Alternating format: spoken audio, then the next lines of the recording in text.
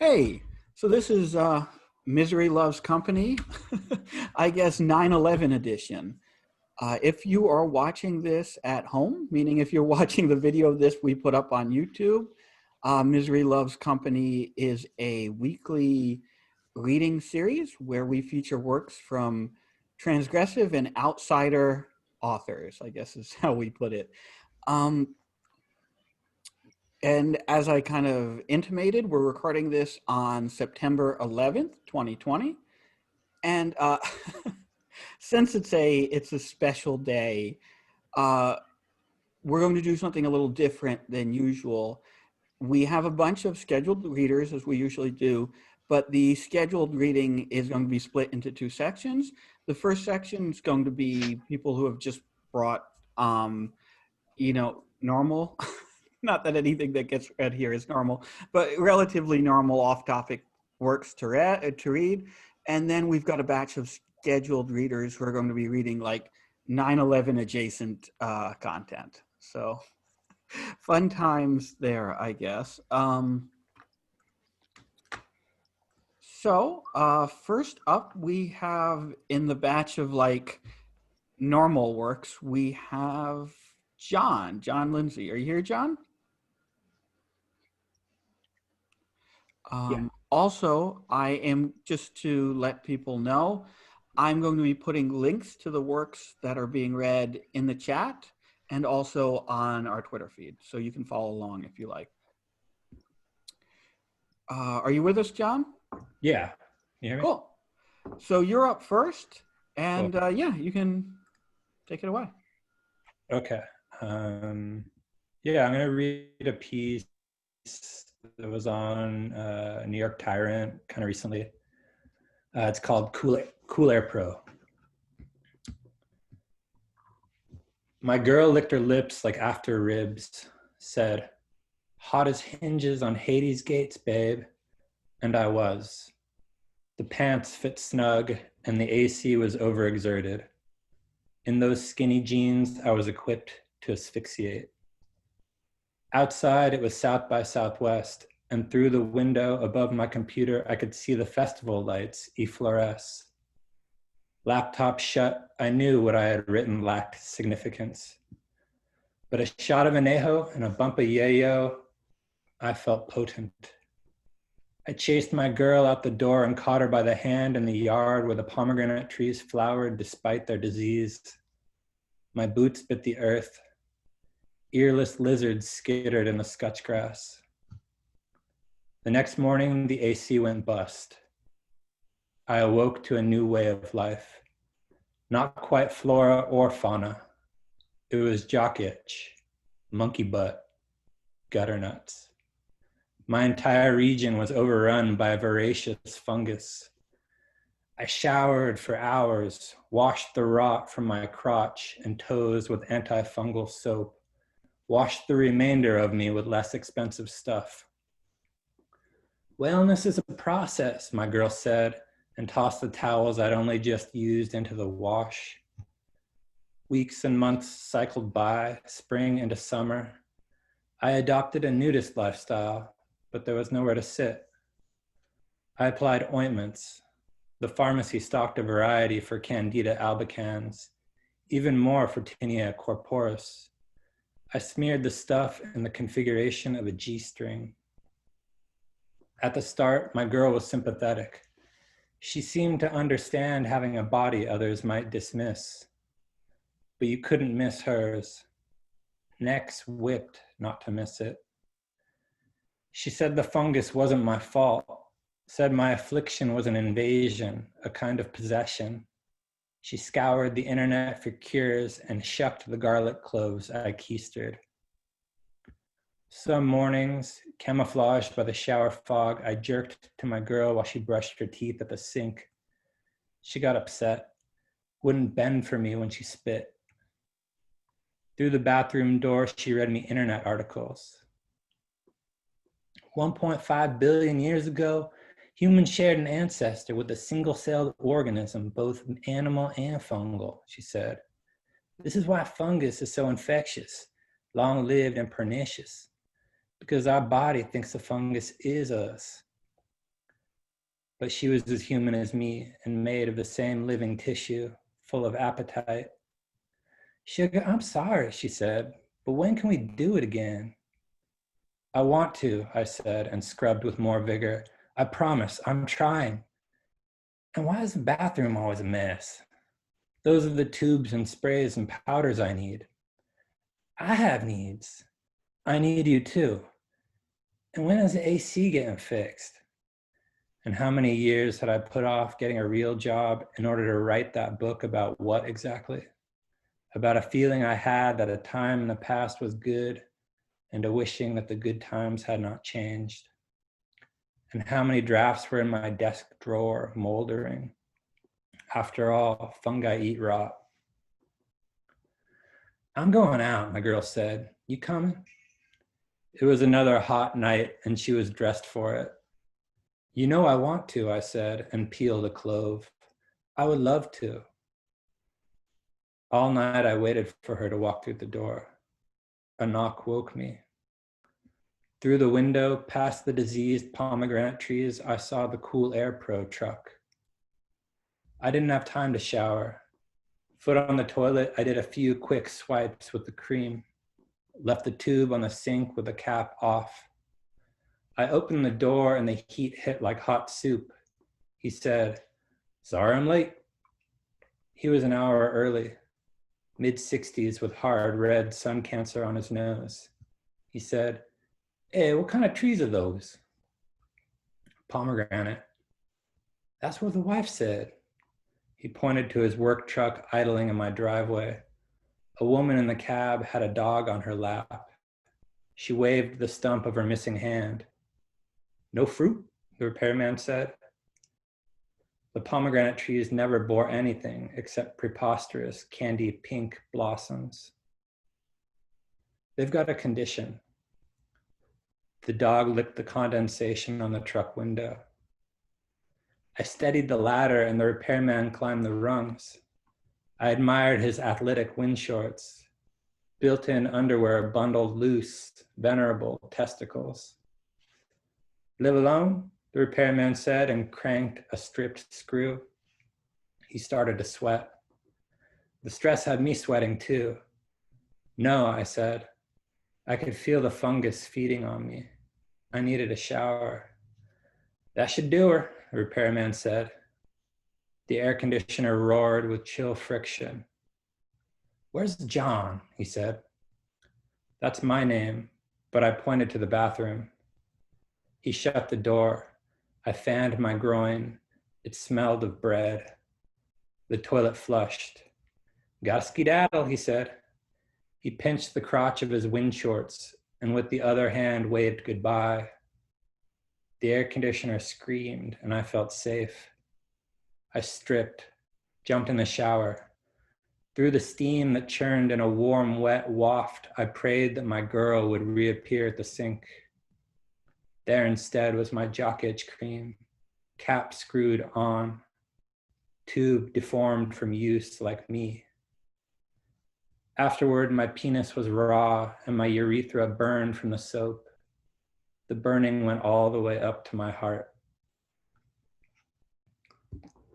Thanks. Wow. I that story was like simultaneously like really fucking gross and really beautiful. And I love that in fiction, in literature, like when you can find like that kind of innate intrinsic beauty lurking in things that are just like on their surface deeply disgusting. I Yeah, that's kind I of my thing. also like really dig the parallel between like the urge to write and this like intractable awful fungus you can't get rid of. So I really dug that piece. Thanks.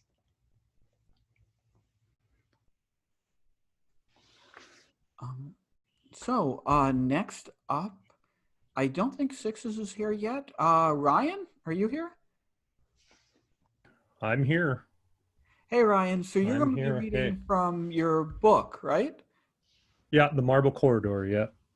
Cool. Yeah. Cool. Yeah. Yeah. Yeah. I just kind of wanted to thank. I wanted to thank Elizabeth, for getting me to come out to do this, actually, because this was my first time and I was a little apprehensive. Yay! Yeah. So yeah. So I'm going to read a few passages. Read a few passages from that. So I'm just going to get that ready here. Sure, absolutely. All right.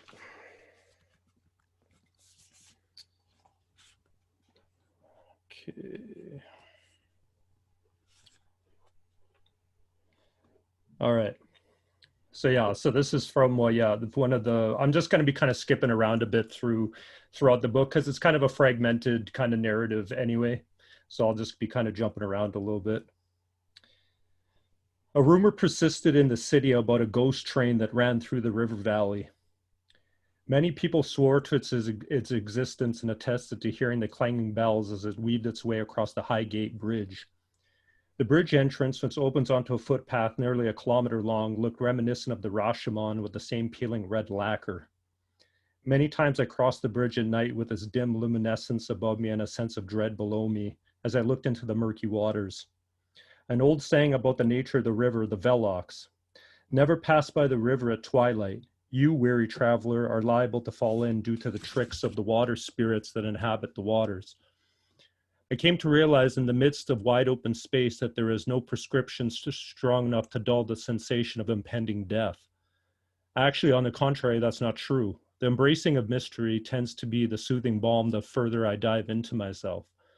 Maybe this occurred for the simple reason we endlessly drift every day toward the ultimate mystery on a distant shore. Of course, this is all hearsay.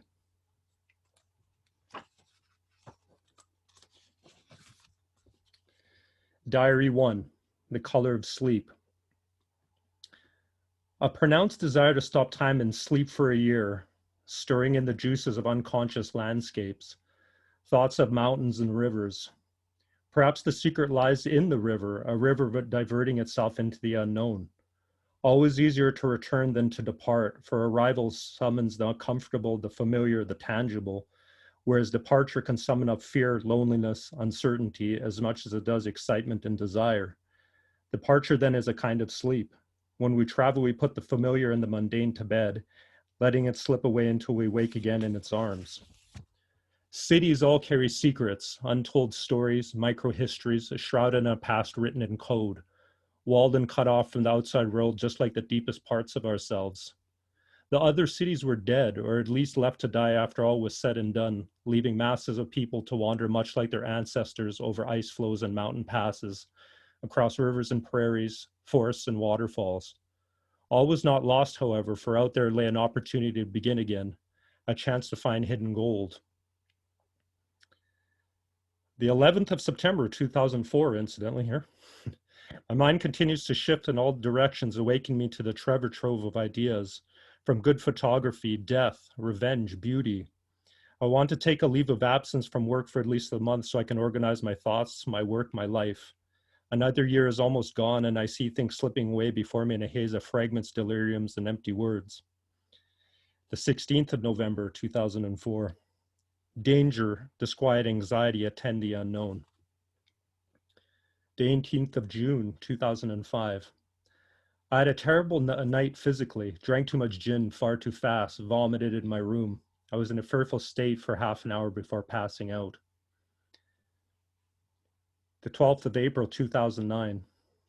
T.S. Eliot, From the Wasteland. I read much of the night and go south in the winter. Nothing can ever be that simple. We live in a world made complicated by our desires. A man waits to depart in the marble court or terminus. The night heaves itself upon him as he used to heave itself upon me. But the difference is how I listen to falling rain and lean on the window sill to smell the open air infused with ozone. Days and moons past, I would have lit a cigarette and just contemplated the destinations of the freights that move through the city like heavy-footed ghosts. For years, a dream pursued me. It still does from time to time. An empty, virtually lightless room with a bed, my limp, nearly lifeless body upon it, waiting for death. The dream almost seemed like it came from another life led in another dimension. As the rain fell today, these terrible yet strangely comforting thoughts came to me, then receded like the tides. The lamplight moth. It resembled a large piece of crystal, suspended over the street, glittering in the early morning din, but really was not morning. I imagined it to be morning, even though the heavy tarp of night was on my shoulders. I thought a moth that large must be a hallucination, a result of too much codeine, pot, and sake. However, I simultaneously thought it might be an old friend making the transmigration across the ocean of death, waiting for me to walk by in order to watch his impending rebirth. 2 weeks previously, he had died, and despite this, it felt as though he was never here to begin at all. Still in the midst of the labyrinthian streets comprising the city, I knew that he wasn't far away. Behind a door, that's where I'll be. Maybe I only need to nudge the door a little to see beyond my own crazy doubts. I've often asked myself, what do I prefer more, night or day? When I try to weigh the virtues of both, I still find that I lean toward the night and the shadow it brings, along with those unknown flavors that skip over mind and tongue. Night is when I see myself the most clearly, and if I'm walking at night, I always feel as though I can keep moving forever in perpetual darkness and sweet silence. There were days in the Western Quarter where I'd wander up and down the streets past the drunks and junkies and feel completely free from the obligations of existence. That kind of feeling does not come easily, nor does it come often anymore. Regardless, the night is always there for me when I need it, pensively waiting for me to touch the hem of its silken dress. So yes, the night is what I prefer.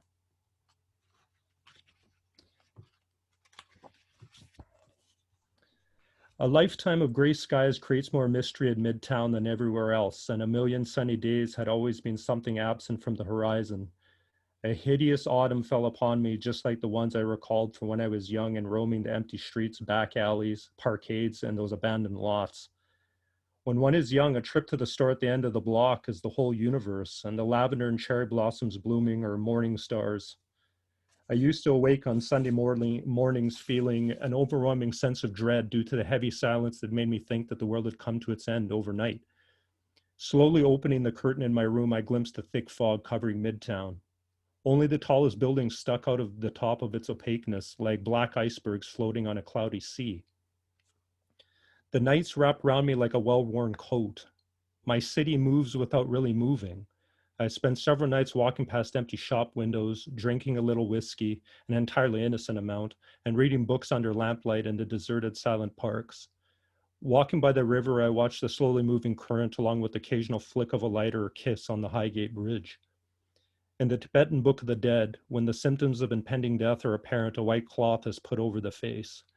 The process takes nearly 4 days to extract the consciousness. The priest is left alone with the body and begins the chant, giving directions to the Western paradise. Why did I decide to come here? Too many long winters of heavy snow or weeks of torrential rain, floods, growing disease, influx of burned victims from napalm, blackouts, every known calamity. I stand here on this balcony far removed from the balmy summer night blooming around me. Dozens of buildings dotting the landscape, and they all resemble crematoria. Strangely, these buildings are always near train tracks, making my thoughts grow colder. Yes, the city resembles death in much the same way the ocean reminds me of complete freedom and silence, or how the smell of ozone reminds me of being alive, so very alive. What will become of me? That is all. Wow, that was excellent. I It's funny that you kind of quote from The Wasteland in that piece, because the entire all the excerpts you read gave me a very powerful kind of sort of post-apocalyptic philosophical vibe, and that's like so Eliot, like so The Wasteland. And I really like some of the images you conjure in that, of like the giant moth that reminds the man of his dead friend, like all of that. It has that, it exists in the same kind of tonal space of like living in this world that it's like, has the world ended, or has there been, has it just kind of ended in a spiritual sense, I guess. Anyway, I really Yeah. dug the shit out of it. Oh, thank you very much. Yeah, thank you. And thank you for the opportunity. Oh yeah, no, thank you for coming and reading. Yeah. Yeah, I really like some of the imagery there, like basically the characterization of night is almost like a character, almost the way you say, like the tarp of night, and how it's kind of both comforting and sort of ominous at the same time. It was pretty cool. Yeah. Thank you. Rudy, you know what's ominous but not at all comforting? That What's the that? face rig software that you're using right now. That is like the most upsetting thing. I mean, it's my goal to terrify, right? I mean, Okay, I think Amanda is up next, Okay. and you're going to be reading a previously unpublished piece, right? Yes. And I know we had a conversation before, but you don't mind if I put it in the Zoom chat, right? But you don't want me to tweet out the link. Yeah. Okay, okay. I'm going to put the link in the Zoom chat now then, and you can take it away. Okay, this is called Butt Stuff. Usually I pee alone. There are a few exceptions. Occasionally I am accompanied by a girlfriend or pet, but most of the time, if someone bears witness to me peeing, that person is over the phone. I'm not with a man, and I definitely don't have a dick thrusting in and out of me. I'm not trained to pee on command in someone's presence. After our first time hooking up, August and I had agreed to explore kinks with each other.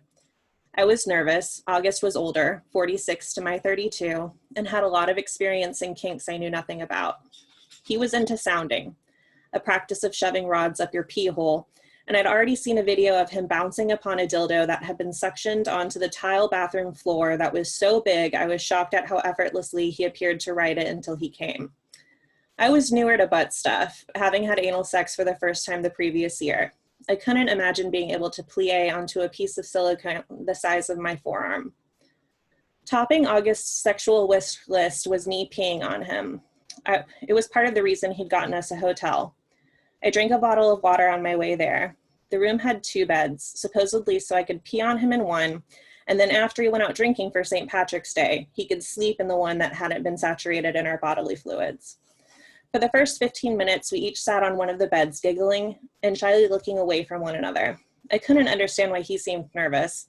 I was the one expected to piss all over another human despite limited experience peeing on anything because I don't have a penis or carry a funnel in my purse. I'd assumed we would try the water sports in the shower and was immediately thrown off by the bed situation. I felt bad for whoever was going to have to clean the sheets. What if I ruined the mattress? I tried to remind myself that I wasn't the only person who'd purposely pissed all over a La Quinta queen-sized mattress. August started to fuck me while I lay on my back. We switched positions. I thought maybe I could pee if I was on top, so I hovered over him on my knees. I closed my eyes again and tried to let myself go and pee on this man who so desperately wanted to be covered in my liquid waste.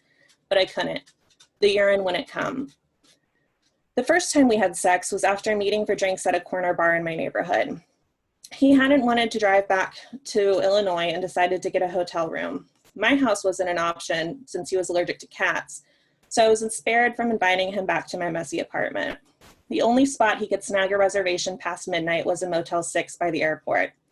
Despite preferring the Red Roof Inn next door, I'd been to the Motel 6 before for sex and knew I wouldn't mind a thin mattress for only a few hours. Luckily, August recognized I have La Quinta grade pussy and upgraded accordingly for our next encounter. I met August at a weekly meetup called a Munch in the space above a local gay club. It was the largest weekly meetup of its kind and one of the longest running. The party was private and you had to know a monthly password in order to answer.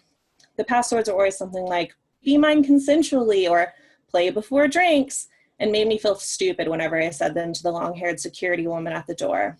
The password changed each month and could be found on the group's local FetLife page. Occasionally, there were classes on rope play or safe logging before the social part started. If you were identified as a newcomer, a member of the group's board, usually a gender fluid person named Zoe, donned in a blonde wig, tasteful makeup, and a tight dress, would explain the rules of the event and then introduce you to people. I'd been attending the event regularly for a few months, and by that point was friendly with the regulars. It was the same crowd week after week, so I noticed August when I walked in. He was tall, about 6'2", with broad shoulders, straight teeth, nice arms, and salt and pepper hair that I later learned he dyed monthly with a box of Just for Men. Eventually, we were introduced. He lived outside of Chicago, but was considering moving to Milwaukee and wanted to check out the local scene. He mentioned he was a writer, and I was stoked we had something in common so I could charm him with my knowledge of the JonBenet Ramsey murder. A lot of the women at the Munch also thought August was attractive. Every time he walked away to meet someone or go to the bathroom, people kept commenting on how handsome he was. At one point, he was standing beside me and my friend Rebecca at the bar. A group of women from the other side sent him over a shot. Well, that's awkward. Now I'm going to have to go over and say thank you to them. He thought the shot was nice, but that the overall gesture was still rude because he was engaged in a conversation. I was convinced I'd never talk to him again. But 2 hours later, we were making out in the gay club's smoking patio after bar close. He walked me to my car, we held hands, and talked for another 45 minutes before exchanging numbers. I drove 2 hours to meet him at a local couples hotel-only chain, Sybaris, in Illinois, for our third and final meetup. I'd seen commercials for Sybaris for years and pictured mirrors everywhere, definitely one on the ceiling, and a vibrating or heart-shaped bed. August booked the room for 4 hours, a special they offer on weekdays, I assume primarily utilized by people fucking outside their shitty marriages. August had not one, but 2 cock cages he offered to wear, and he offered to wear one when I arrived. When I arrived, he opened the hotel-provided robe to show me and handed me the smallest key I'd ever seen. You could have handed this key to Barbie and she would have been like, "Who the fuck do I look like to you, Polly Pocket? Give me a real key, motherfucker," and sat it on the headboard of the bed. I was terrified we'd lose it and I'd have to find a welder to extract him from the prison. I was worried that we would wait too long and he'd have to get his dick amputated and it would all be my fault because I'd lost such a tiny key. I was right about the mirrors. The room was covered in them. There was a mirror above the bed, covered in light up stars, one behind the whirlpool tub, large enough to accommodate at least 3 people, a mirror above the dresser. In the corner was a large steam room or sauna, and to the left of it was a small fireplace and a flat screen TV, which automatically played highly produced porn when you turned it on. I was wrong about the bed. It wasn't heart-shaped and it didn't vibrate, but the headboard doubled as a small platform you could lay on, surrounded by even more mirrors. The bathroom had a bidet, which was kind of my favorite part. I love a bidet. August's dick was crammed up real tight in his cage. The whole thing was pink and spilling forth between the metal bars of the cage. I kept looking at his penis and thinking, engorged, engorged, engorged. After 2 hours in the car, I had to pee immediately. I couldn't wait or hold it for sex. Peeing also provided the perfect excuse to get away and collect my thoughts about his metal-clad wiener. As I opened the door, he mentioned I could have peed on him immediately, but I was already overwhelmed. I was sure if I tried to pee on him, I still wouldn't be able to, and instead my bladder would implode on itself and I'd die. I teased him for a little bit by looking his puffy penis through its iron prison, hoping I looked calm, sexy, and like I had any idea I knew what I was doing before springing him from the cock clink. August got on all fours and suggested I try fingering his asshole so I could get a better feeling for penetration. Put some lube on your fingers and slip one into my ass, and add another when you think I'm ready for more. It wasn't long before he was ready for my whole hand.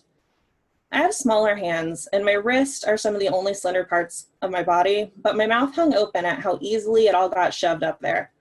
I'm inside this man's body. I'm inside this man's butthole. My hand is up his ass, my whole hand. I was always the one letting someone in. Nothing could have prepared me for how forceful his butthole was. As soon as my hand was in, he pushed me out again, and I had to thrust it back in there until he was full on fucking my hand.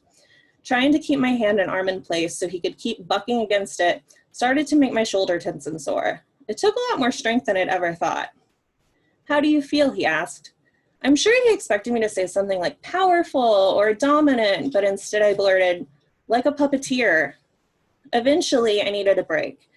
I slid my hand out from his impressively clean rectum and went to the bathroom so I could wash lube and butthole off my hand. Usually I'd be concerned about poop particles, but the COVID-19 panic had just started to hit, so I knew several choruses from songs I could sing in my head to know I'd been doing it the appropriate amount of time. When I came out of the bathroom, August and I had sex while I tried to avoid looking in the mirrors. There are just some angles I don't need to see myself from. We eventually switched to anal sex, and August finished in my ass. We cuddled and talked. August opened up in a different way, sharing how he regretted not having children, and how he'd worried he'd be too old to have an active dad. We exchanged notes on our depression and anxiety, and I explained how medication had helped mine significantly. "Yeah, I mean, now the main problem's just the bulimia," I said. "You're joking, right?" He laughed. "Well, not everyone who has an eating disorder is thin. Statistically, most bulimics are actually overweight." I started to get dressed. I was putting on my bra on when he said, "So does your weight fluctuate a lot?" I started to sweat. Definitely. "And where are you now with that?"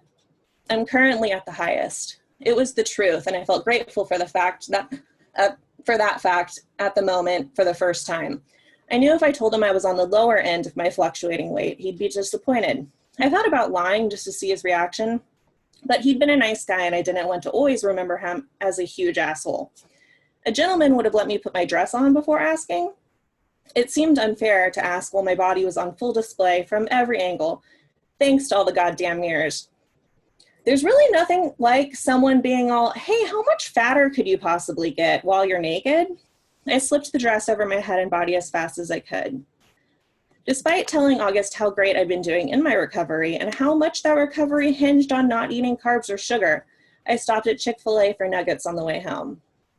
And then I stopped for a milkshake at a Dunkin' Donuts Baskin-Robbins hybrid. Okay, I stopped for 3 of them, 3 medium milkshakes after not eating sugar for 2 weeks. I slammed one and started on the second, but started to feel full. Too full. I kept on going as best I could. I made it halfway down the second one and called Rebecca. I started to update her on the day when my stomach cramped and I began to sweat. "I think I'm going to throw up." I pulled off on the freeway at the next exit and looked for a private spot to pull over. The first offshoot I turned down. Hoping for a quiet spot, I found a cop. I cranked the air conditioning and found a spot behind what I hoped was an empty office building and shipping dock. "Okay, keep talking. Maybe I can breathe this out," I said to Rebecca, who started talking about prison reform. I put her on mute and threw up in a Chick-fil-A bag, holding it outside of the car to not get any inside, when I realized I wasn't just throwing up from my mouth, but also my butt. I unmuted the call and interrupted Rebecca's passionate plea for the removal of privatized prisons and stopped laughing long enough to say, "I just shit myself." Rebecca is the mom of a toddler. Okay, here's what you're going to do. You're going to use your underwear to try and clean yourself up. My outfit was all wrong for shitting myself. I was in a cheap t-shirt dress from Amazon and a thong, and I looked down to see shit splatters on my legs and $100 sneakers. There was shit and probably lube on the ground next to the fast food bag of vomit. I'm in a thong. There's not enough material for that. I waited for a car to drive past and lifted up the back of my dress and removed said thong. There's shit on the car seat. My new car. Of fucking course I couldn't have shit in the seat with a seat cover. Of course I hadn't had the foresight to purchase 2 seat covers. I thought I'd only needed one for my dog and his muddy paws when we went to the dog park and his constantly shedding hair.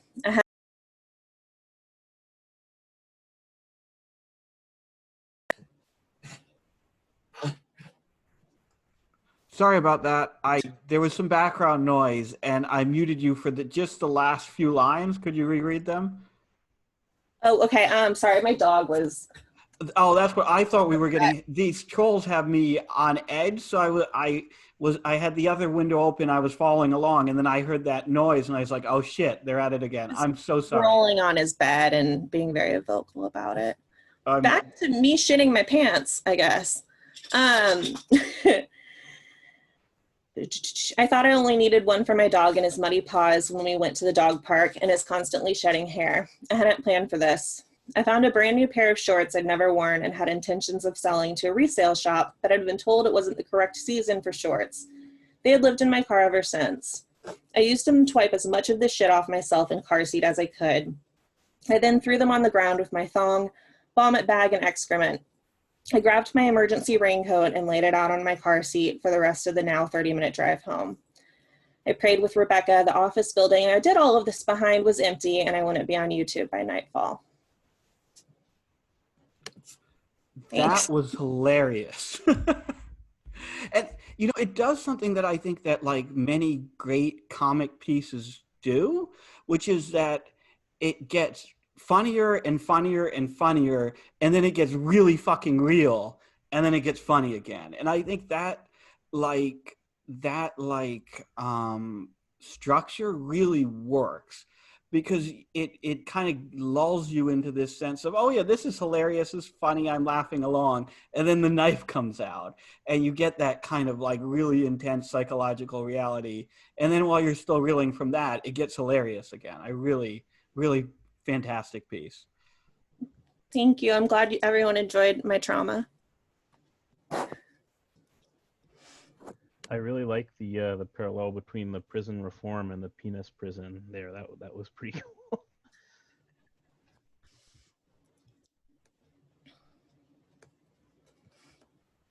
Yeah, cock clank is not only a tongue twister, but a really good line.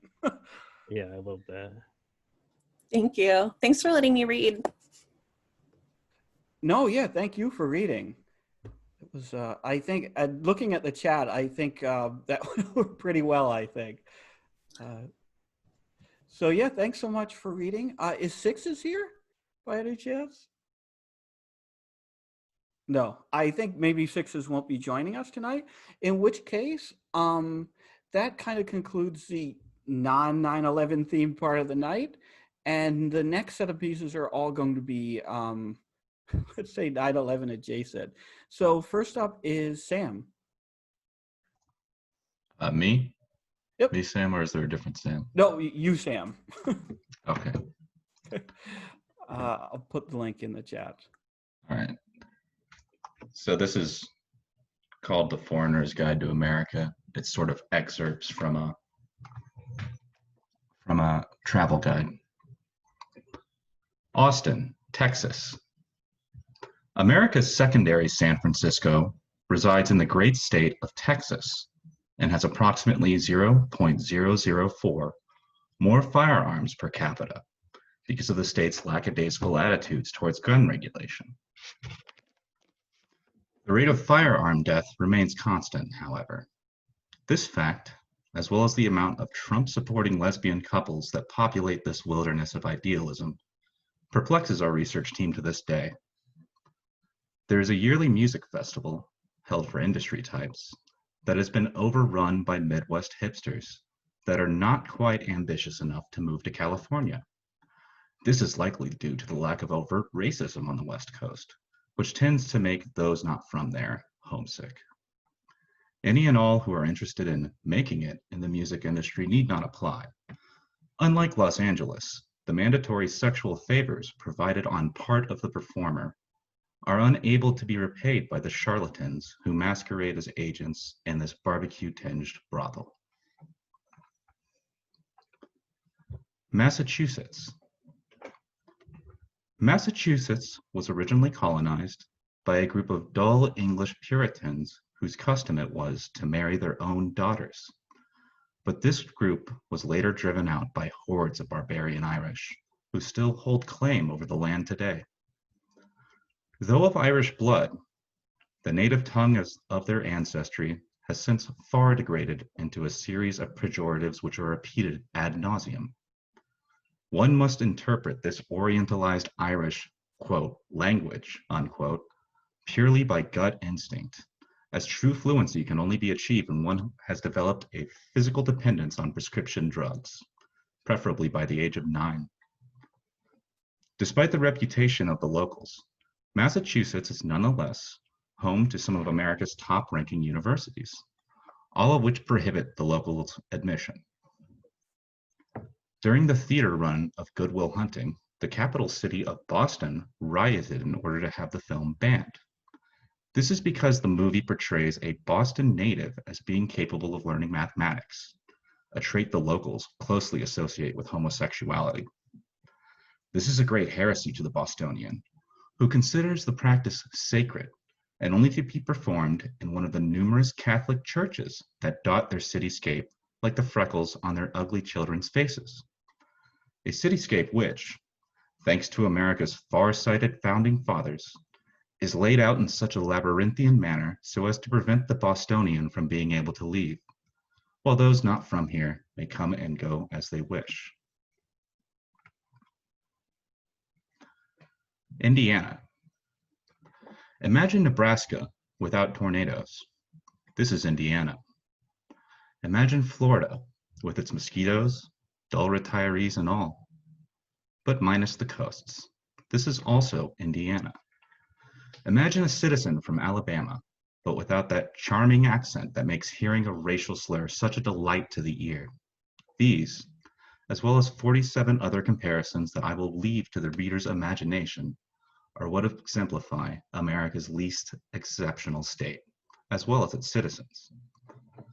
The locals refer to themselves as Hoosiers, but are far too inebriated on old-style lager to remember the origins of the term. Their banal conversation can make even the humblest Southerner appear quite cosmopolitan in comparison. They discuss the weather as an actual point of interest. They detest Hispanics, even more so than the Floridians or the Texans, due to their homeland's distance from Mexico, Cuba, and the like.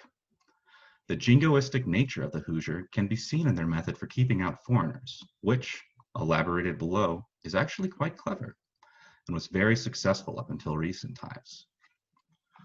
No walls exist on their borders, despite what the recent voting record might tell you. In fact, the state is remarkably open. The meager amount of checkpoints present can be passed through for a paltry sum, and one can avoid those still by following the numerous 18-wheeled vehicles that are given free passages at all time on Indiana's roads. Hoosiers consider these carbon-spewing monstrosities to be the reincarnation of their dead ancestors. It is theorized that, outside of space for farming corn, the rest of the land is reserved for highway. It is prophesied by the priests of their barbaric religion that one day the entire region will be paved asphalt, hopefully sooner rather than later.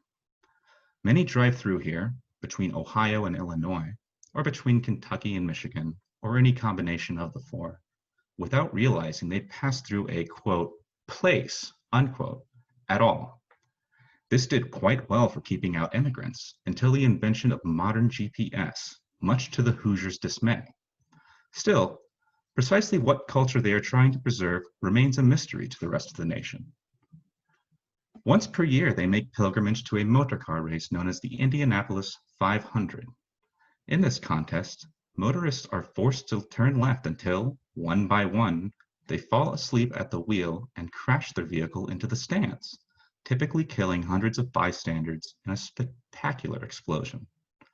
All cheer, as it is considered a great honor amongst Hoosiers to die in this manner, and the most violent of these wrecks are commemorated as religious holidays. The contest ends thus. After the penultimate death, the winner is declared and immediately rewarded with 3 trailer wives and 1 case of Pabst Blue Ribbon, which to them is considered a delicacy.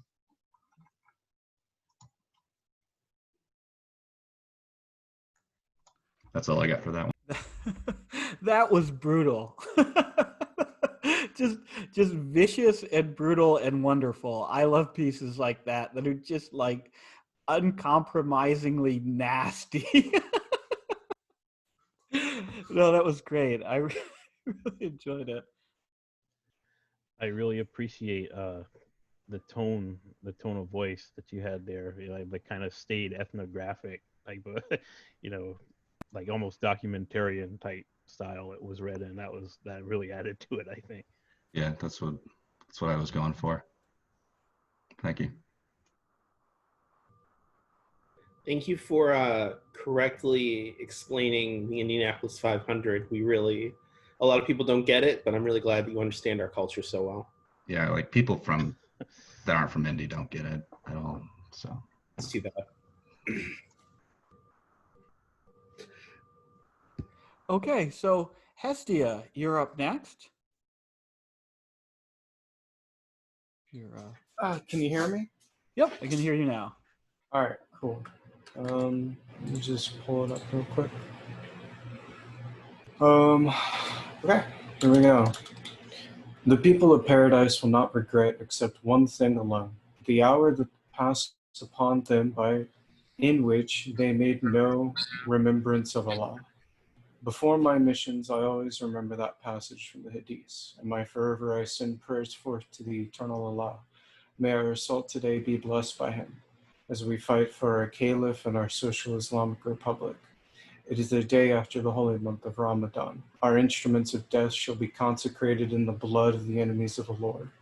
Rockets, bullets, grenades, mechs, blessed in mosques, expelled forth from the hands of the righteous to cast down the imperialists. rending their idols asunder in flame, fire and brimstone sent from the heavens.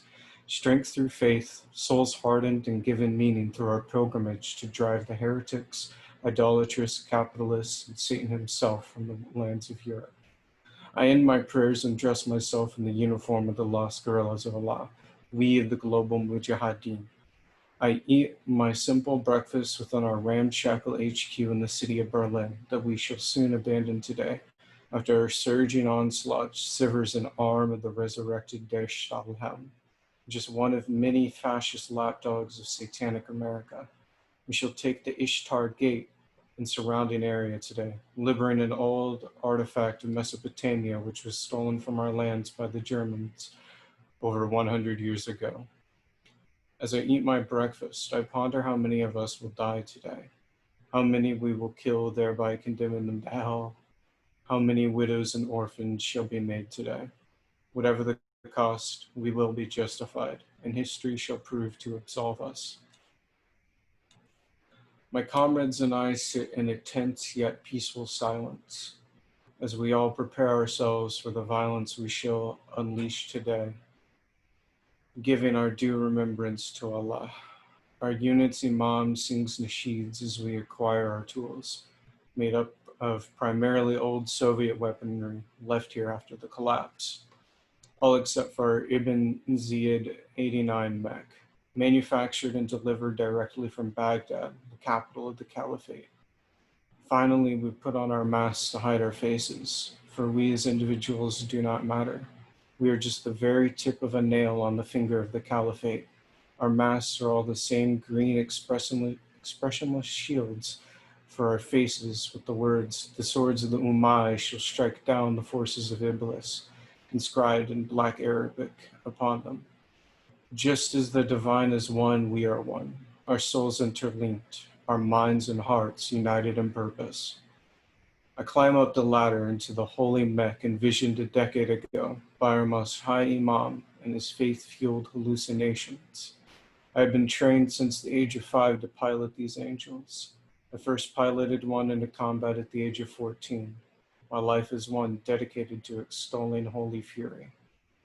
I opened the hatch and set myself inside the heart of the metallic angel. I whispered prayers to the Most High.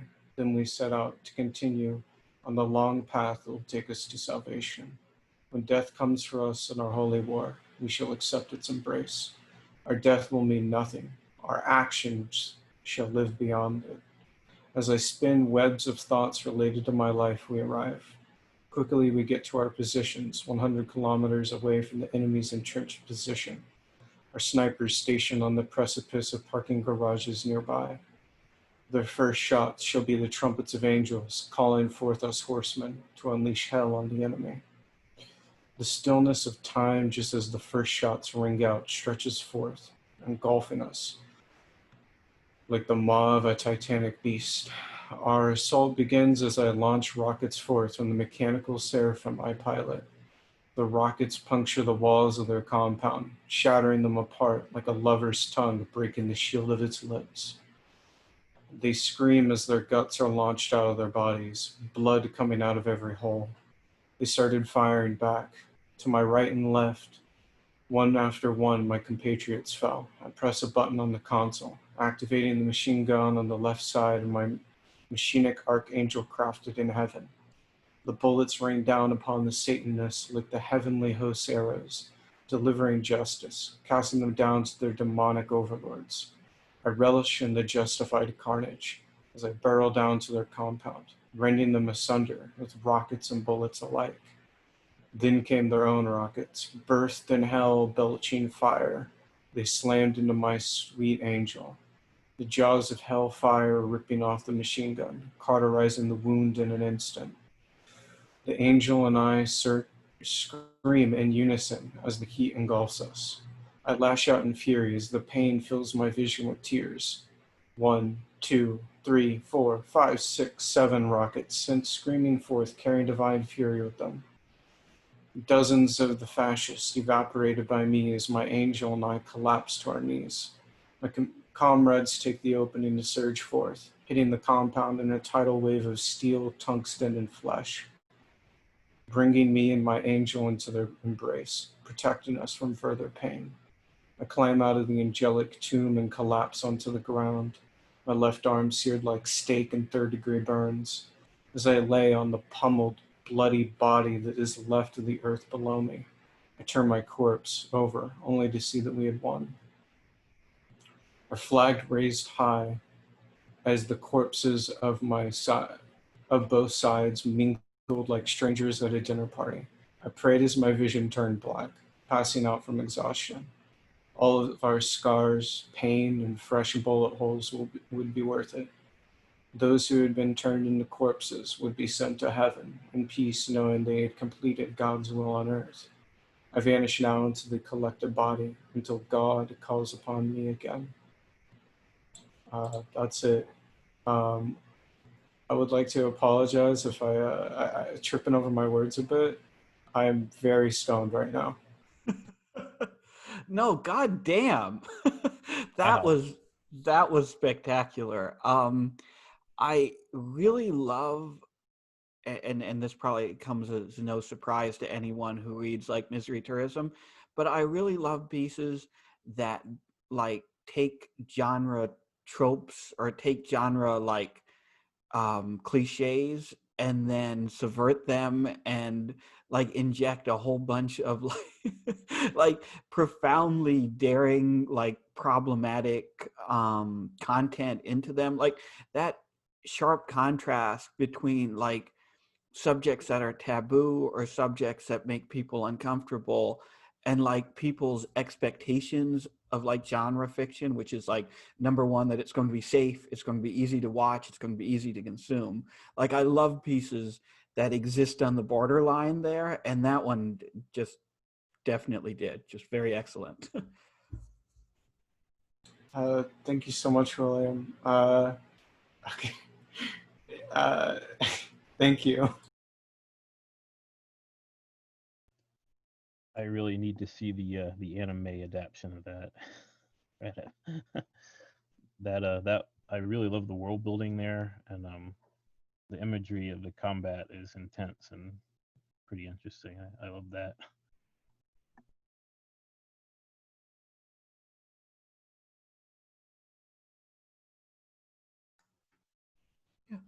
And next up I think is Brandon. Are you with us, Brandon? I am here. So this is a piece that you wrote this week, right? Specifically, Yep.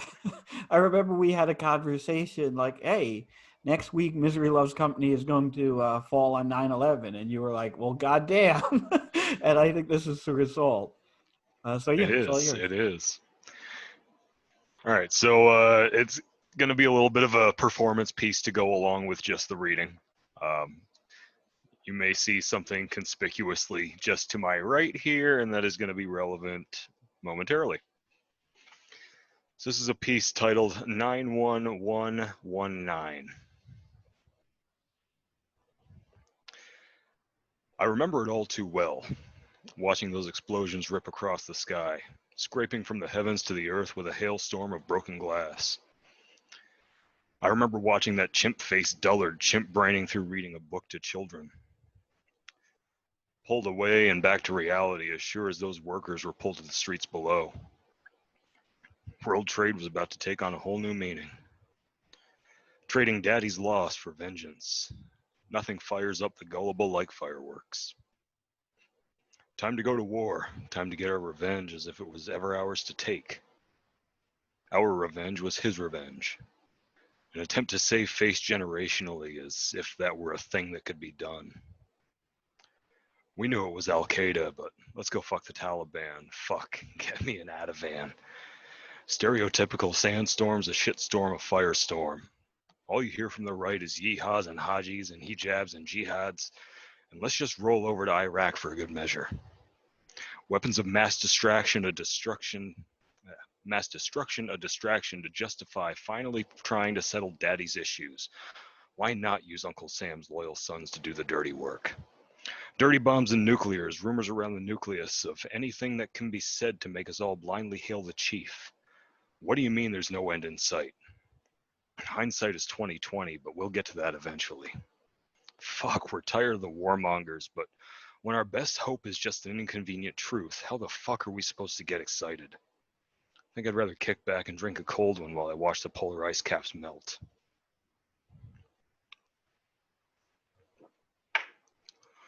War is what we do. None of this is subliminal, but let's all try to sublimate the liminal. Like sending in the hunting dogs down the rabbit hole, drag a dictator out of his spider hole just to get the money shot. But it's all fun and games until no one comes back alive. Successful mission, a disheveled semblance of a secured captive, but let's turn him over to his people to be dealt with as they will. Gallows built on gallows humor.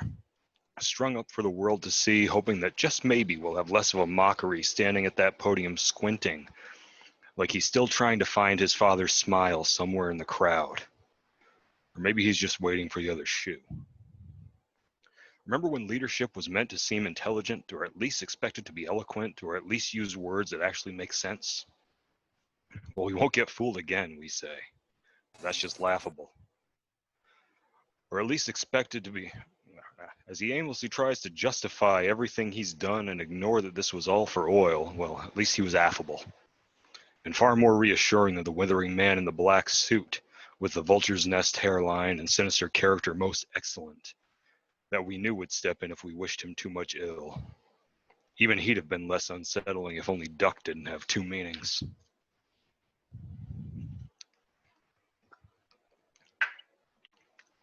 Hope is always false when you leave the power in the hands of the people and feed them all illusions that maybe this time it'll all be different. But that's just an allusion to the fact that as a retort to the right wing, we nominated a qualified and educated black man to take the lead.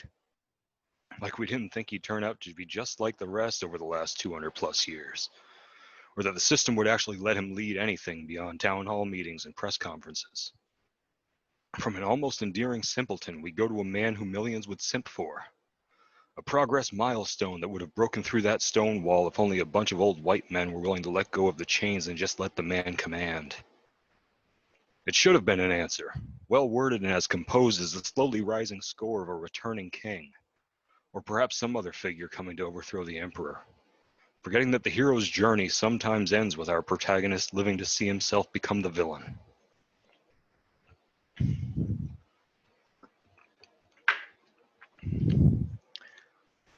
Because even as we fail to protect our homes and health, the right cock blocking every threat to their wealth like they thought the scary black man was going to fuck their wives, we continued waging a war that would cost 500,000 lives.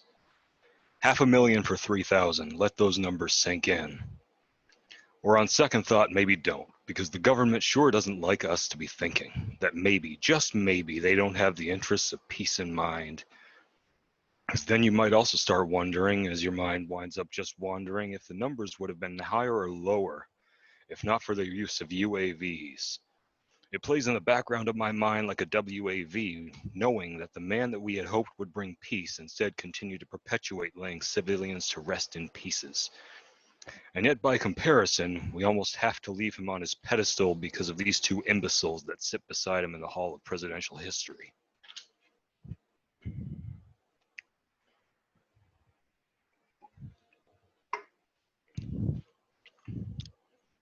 "19 years in that damn desert, over 3,000 lives. That sounded impressive until it became magnified and trivialized by the sheer echo in its wake. New soldiers going there now to hold the ground seized by now retired soldiers that weren't even fucking born when those towers went down. Ready to sacrifice themselves in the name of their country in an act of vengeance for a moment that they could never remember from a world they've never known. Carbon copy clones, jingoistic Jango Fett's fraudulent fascist fucks. Your stormtrooper helmets replaced by a MAGA hat. The swastika armband for those too stupid to be swayed by symbolism. No, you need it spelled out for you. Or at least you need to hear I'm doing my part, are you doing yours? Because there's nothing less ambiguous than block white text. Would you like to know more? Xenophobia has some of you acting like all brown people are xenomorphs, and fuck you for that too. Will we ever learn? How can we hope to figure this shit out when even hindsight being 2020 and I told you we'd get there?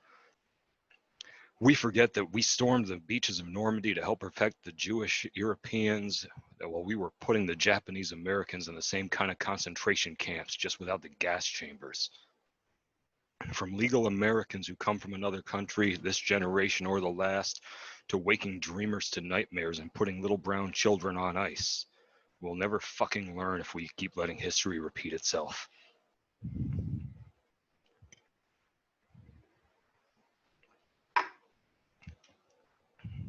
How are we supposed to police the world when we find ourselves building toward the makings of a civil war?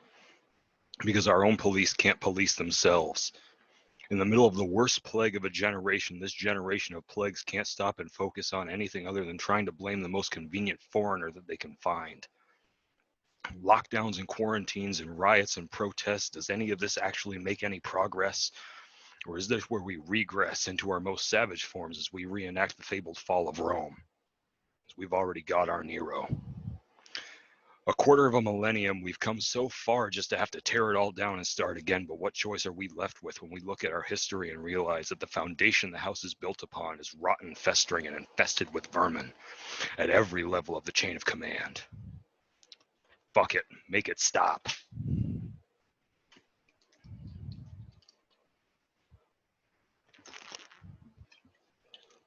Oh man, that, well, first of all, congratulations for finishing that without passing out.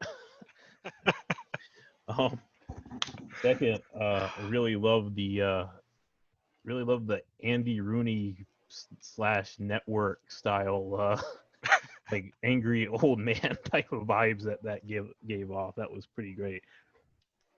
Thank you, thank you. You know, this may not be what you were going for, but this made me feel a profound sense of nostalgia.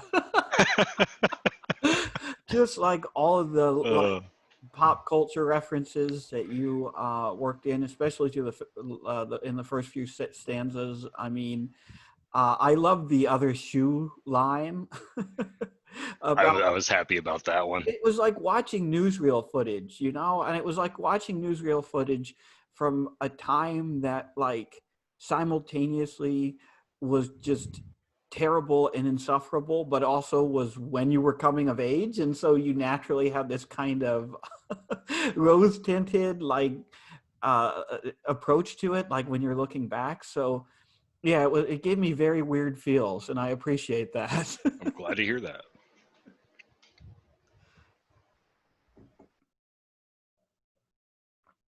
Yeah, ditto on the nostalgia train, because I think that some of the references you sprinkled in there just remind me of my time in high school and childhood in general.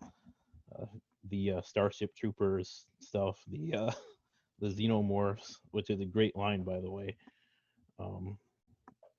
Everything about it was very, very early 2000s.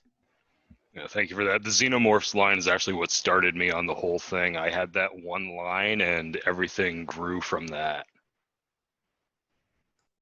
You even worked in a joke about Dick Cheney's duck hunting incident. All right. And the fact that he looks like Mr. Burns. Yes. Yeah.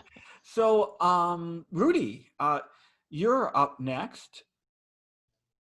Yep. And you have a couple of pieces you're going to read, one of which was published on the site today. Plug. Okay. This first one that I'm going to link is called Loud Report. It is a series of, I guess, performance pieces. Don't try any of them at home, please, because some are very dangerous, I guess. But yeah, so let me get to that. Sorting piece. 44 performers enter United Airlines Flight 93 and travel until consumed. One performer sorts through their baggage and sends each of them to the correct destination. Sorting piece number 2. Process meat coming off of a refrigerated truck while labeling. Process your emotions. Eventually, stop processing. Keep labeling. Witness. Let someone who you have great respect for address you. turning your passe everyday wear into a fierce statement. Record a video justifying your new look to the haters. Wear your new look out in public, where there are lots of people who can see. Make a loud noise and turn heads.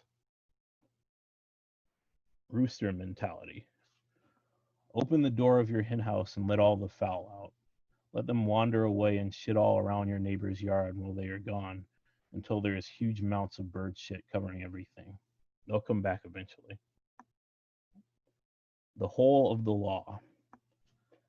At 8:43 a.m. on September 11, 2001, one performer enters the men's bathroom on the 92nd floor of the North Tower of the World Trade Center, occupies a stall, then pulls their pants down and inserts their penis through a small hole in the side of the stall. Another performer enters the same bathroom no more than 2 minutes later, takes up a position in the neighboring stall, and begins to give fellatio. A third performer, watching from an unseen position, comes before either of them. Pyramid piece. Create a pyramid using humans, like you're an Egyptian pharaoh or a bob-wearing cheer squad coordinator, even if you're neither of those things. Listen as a time bomb audibly ceases ticking. Endless staircase piece. Dress in layers until you're sweating. When you're warm, climb up several flights of stairs until you get warmer. After you're soaked, keep going until it's hard to breathe and your vision is clouded. Stop breathing. Keep moving until you can make out clouds, flames, or both. Not even Modib. A pencil, a pen, some paper, a domicile in a suburb of Paris, and several hours of time are required for this piece. The performer draws quietly until they have to attend to some commitment and avoids depicting any profit.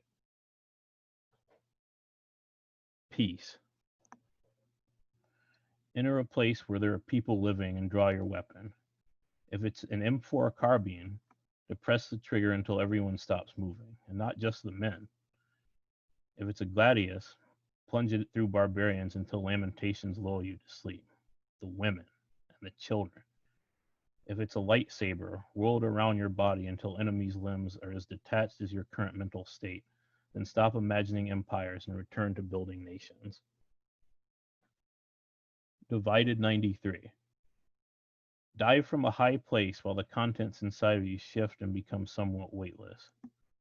Hit the ground nose first and experience an impulse as you fragment. Is it the powerful need to make an impact, a shuddering, like turbulence during a storm, mass times change in velocity?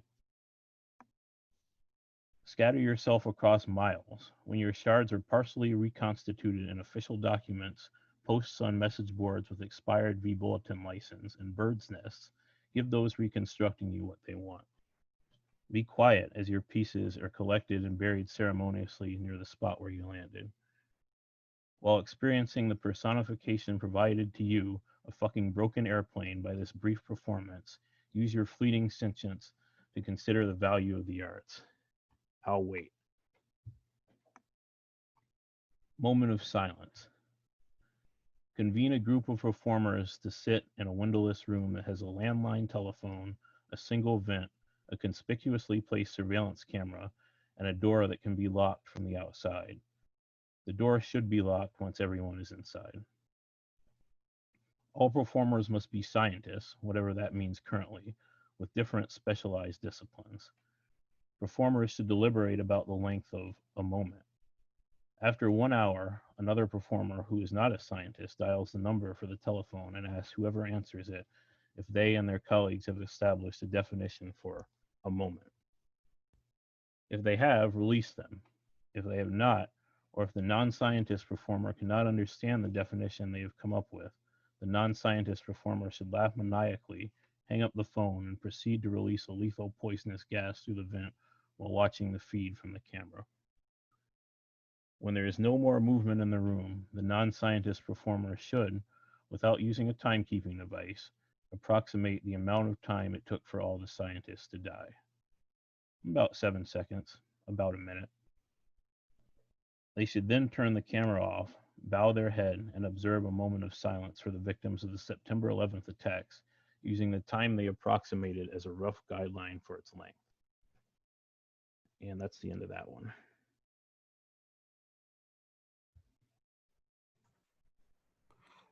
Did you have a second one you were going to read? I didn't want to interrupt. I do want to say something about that one, but I think. If there's enough time, I can read another one.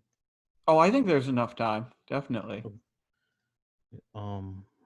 This one is it's kind of a combination visual piece and short poem. Without getting too much into the world building of my stupid setting, this is essentially a child soldier's love letter to a necromancer who owns a really big tower that looks like a dick. So that's about it. So the way I'm going to read this is I'm going to start at the top, and the words in gray, if you read down, the words in gray continue until the bottom, and then there'll be words in yellow, and we'll scroll back. You can scroll back up as I read them, or whatever you want to do. Heaven was ugly. We were tired. Some dead.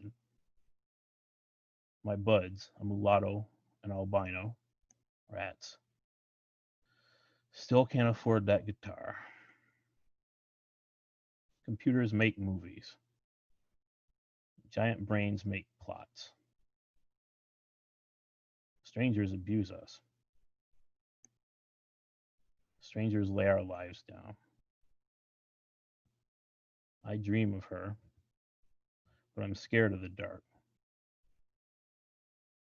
Bad guys hide in plain sight. And we are slaves. Life is a rail shooter. Round nosers talk so much shit. You have no idea. Bury me. Raise me. You give me energy, I think. I love you. You see, life is a roller coaster. Getting me high, even in darkness. I'm sure of myself. Strangers come together. Strangers are funny. Giant brains see the future. A show for us. Kool-Aid is tasty. Just a mosquito. Her libido crushes me. Look alive. Heaven is beautiful. And that's that one. So I want to ask you how long it took you to do the art that accompanies this piece, because it is epic in every sense of the term. I actually don't really remember. I did this in kind of like a fugue state. Well, I was like lying in my bed for like a couple weeks, so I really don't remember. Well, the artwork is incredible, and it's almost like a thesis statement for Misery Tourism's like visual aesthetic, except for the fact that it has color, of course. But it's like this wonderfully, like on the one hand, like childish, on the other hand, like obviously produced by someone who's deeply disturbed, and like just the sheer number of like weird little details you fit into that. I mean, I don't know. Whenever I see it, I'm like, holy shit, how did he do this? For the 9/11 pieces, these are great. These are just, you showed me to, I'm so tongue-tied tonight. You showed these to me yesterday, I think, for the first time. And I love how each one is this kind of little like universe in a bottle that captures something like fundamental about the like 9/11 experience, or about the experience of living, like especially in the aftermath of the attacks, and all the different ways that people rationalize them. Like, I love the roosters one. Rooster mentality. That is just like so vicious. And yeah, no, I just fucking love these. These are fantastic. Well, thanks.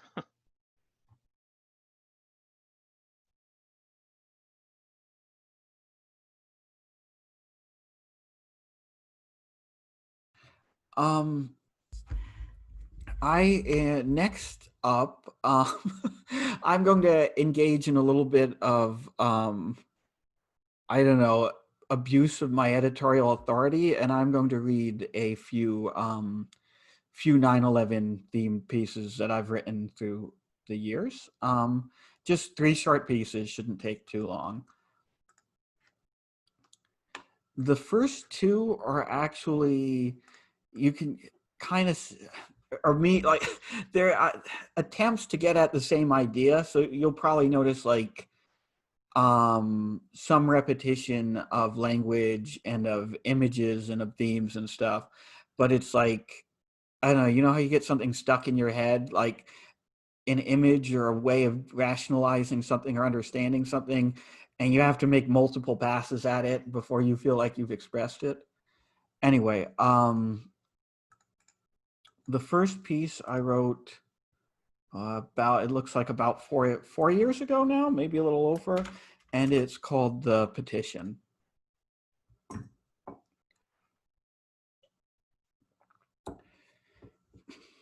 There are kids fighting in Afghanistan right now, dying in Afghanistan right now, who were 4 years old on 9/11. He held the petition out for me to sign. Someone, a man taller than me, passed by me on the sidewalk, his fingertips half an inch or less from my leg. Can you imagine that? They probably don't even remember watching the planes hit the towers. Weren't even old enough to be in school then. How much do you remember from when you were 4? Oh, I don't know. Super Mario Brothers, an artificial Christmas tree, a neighbor's dog running into the woods and never coming back. I pretended to read the petition. I couldn't actually read it. He was too close. He was overflowing, leaking onto the page, smudging the letters. Some part of him had materialized on the paper like condensation, or had fallen there like spit. Gives you perspective, doesn't it? They can't even know what they're supposed to be fighting for. Not really. I mean, they're sold all this patriotic bullshit, but they can't know. Their mom probably made them leave the room that morning and sat them in front of SpongeBob while she was calling all her friends and uncles and cousins to make sure they weren't in the city. And now they're the ones fighting. It's fucking crazy. Yeah, you're right. He had started swearing. At first, I thought it was a pretense, some rehearsed folksiness, part of his pre-prepared spiel. But there was some authenticity in his tone, a little bit of mad universal empathy, a subtle choking in his voice. I thought about him suffocating, and for a moment, somewhere in the back of my mind, it was my hands around his neck. Have you ever known anyone who had to fight over there? Had I? There was a guy I knew in high school. He had dark hair. He knew the lyrics to every track on the Marshall Mathers LP by heart. He loved the word skank. He had an album on his Facebook page titled Nice. He had never been anything but nice to me. I hadn't spoken to him for years. Maybe he had been killed, an IED or whatever. I tried to make him real in my imagination, to see if I could make him human. I couldn't. He was a list, an inventory of traits and memories. Maybe he had been blown to pieces. Yes, probably. I think I have. Don't you think he wants to come home?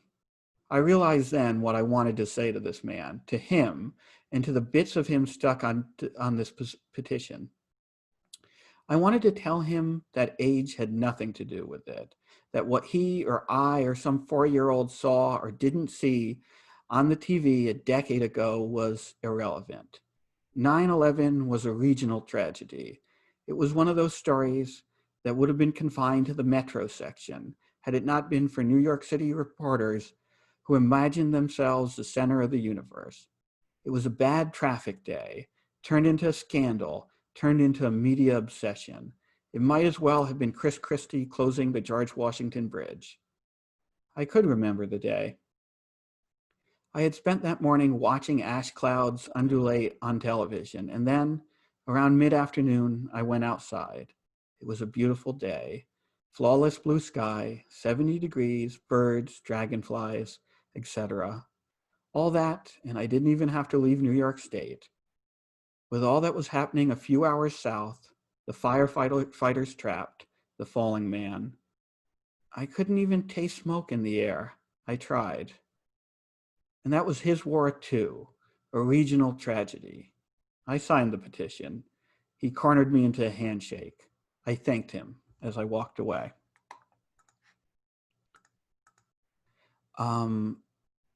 This next piece, thank you, Scott, for catching the knives thing.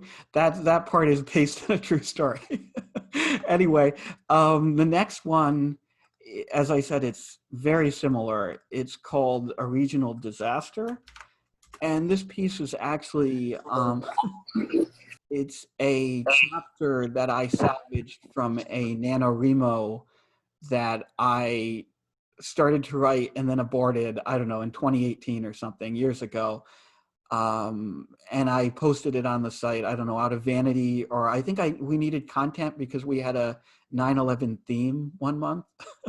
Anyway, if you do want to read like the entire 10 pages of the aborted NaNoWriMo, I posted last November for our abandoned work month, I posted an archive of every abandoned piece of shit draft that I had in my Google Docs. I don't recommend that you read that, but if you want to, it's there. Anyway, yeah, this piece is called A Regional Disaster. But speaking of 9/11, the Big Bang, to which countless soft scientists attribute the birth of our shared post-traumatic universe, I do know where I was and what I did on that lazy Tuesday. Just think, if the universal emergency response number had been 910, we could all have enjoyed a 3-day weekend. I was just shy of a month into my second year as an MFA student at one of those ubiquitous, interchangeable liberal arts colleges in that part of upstate New York where every small town is named after a Greek city-state and harbors a comparable number of pederasts. I won't bother to name the college because it lost its accreditation 17 months after I graduated and was shuttered 10 months after that. Say what you will about these fly-by-night educational institutions, but they have been nothing but good to me. When I was growing up, my mother taught me that the simplest prayers were often the best. And let's face it, God isn't much of a listener. Concision pays when you're dealing with an attention deficit case. She gave me a basic template. Thank God for your loved ones and ask that he keep them safe. Anything else, she said, was asking too much from him and expecting too little of yourself. So, with that in mind, I say, thank you, Lord, for diploma bills. May they never come to harm. I'm nocturnal by disposition, and I had no early class that morning. So by the time I woke up, the initial shock, a small private plane, an accident, the manufactured twist, a second plane, and the moment of Michael Bayesian dramatic excess, a third plane explodes at the Pentagon, had passed.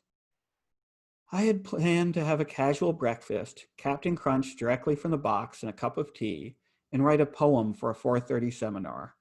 I don't remember what it would have been about. It was either a reflection on a torrid romance from the perspective of a syphilis spirochete, or a retelling of Don's The Flea, wherein the titular flea was a carrier of the Black Death. Rather than start writing immediately, because come on, I turned on the television. Oops, I didn't write a word that day. After 3 or 4 hours of pedestrians caked with carcinogenic dust, pre-recorded screams, falling man et al., I felt I had earned a break, so I decided to take a walk. It was a beautiful late summer day, so beautiful, in fact, that my mind initially refused to digest it. I looked at the blueness of the cloudless sky, and I think I choked or gagged. There was some gross incongruity between my sunny upstate afternoon and the cloud of ash oppressing a city that was only a 4-hour drive away. Take I-81 south, get on 380 after Scranton, traffic delays in and around the flaming crater in Shanksville, Pennsylvania. I couldn't make it all square. And then it occurred to me. Whatever was happening south of me on that day, whatever architectural wonders were being maimed or demolished, whoever was falling or burning to death, had nothing to do with me, nothing. It simply wasn't my tragedy. It was a regional disaster, a bad traffic day in the metropolitan area, not all that different from the day Chris Christie shut down the toll plaza on the George Washington Bridge. Hell, come to think of it, that was another day in the second week of September, only it was a Monday. Christie, unlike Muhammad Atta, obviously knew the value of a long weekend. So I did the thing one naturally does when it's a holiday and you're the only one not at home in the reverent company of your loved ones, but you still want to make the most of your day off. I got Chinese takeout and ate it in front of the television.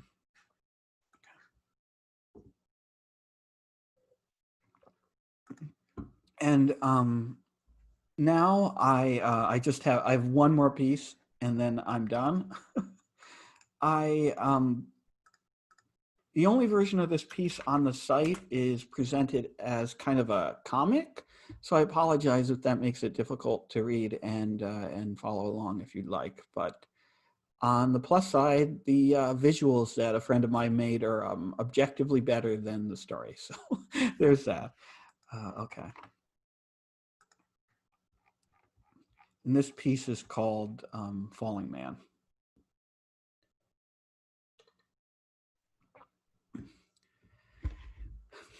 In the beginning, there was despair and nothing else. How terrible it is to know that you must hit the ground, that the fall is always short, and that time and air both have no substance and could never break your fall. Young people always feel this way, even if they have not recently leapt from the top floor of a skyscraper.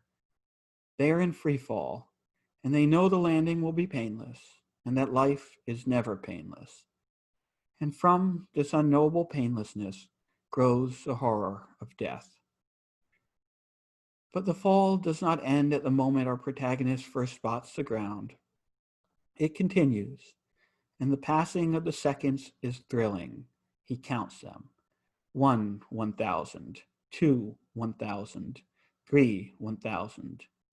Each one is a millennium, an adrenal eternity, and death seems to be retreating, fleeing backwards across his childhood, and the love of life fills the space between him and the ground that is getting no closer, even as he continues to accelerate towards terminal velocity. Seconds become minutes, and his situation starts to seem absurd. How has he not hit the ground yet? How could he still be alive? This is impossible. This is insane. This is boring. The universe has laws, and he is owed one crash landing. The wind resistance is unbearable. He has swallowed so many flies, more flies than any man should have to swallow. He wonders if they are breeding inside him, if he'll be spared death, but not a stomach full of maggots.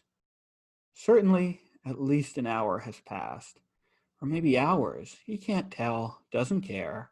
He's sick of looking down, of the optical illusion of the approaching Earth that never arrives.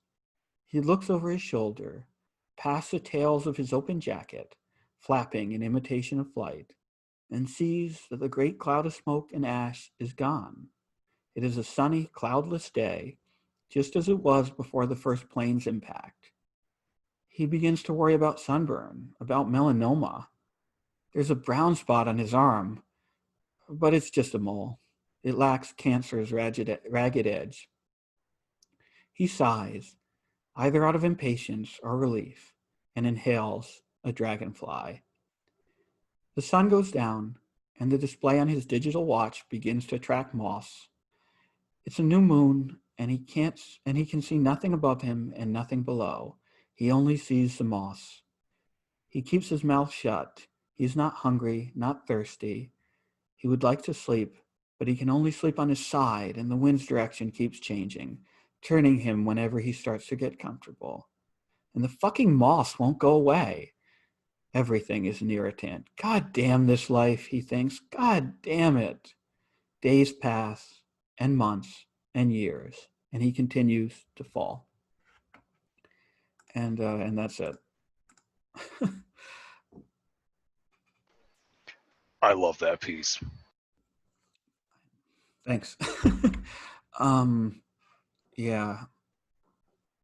Yeah, I like that, the like contrast of like the kind of